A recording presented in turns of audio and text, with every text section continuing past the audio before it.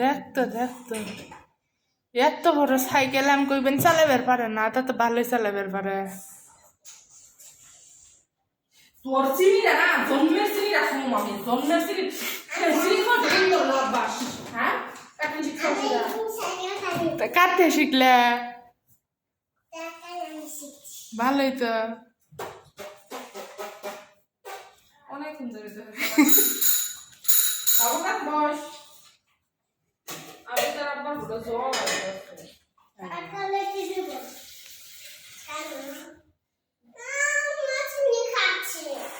খাই কিন্তু ও চিনে খেতেছে তোমার কি?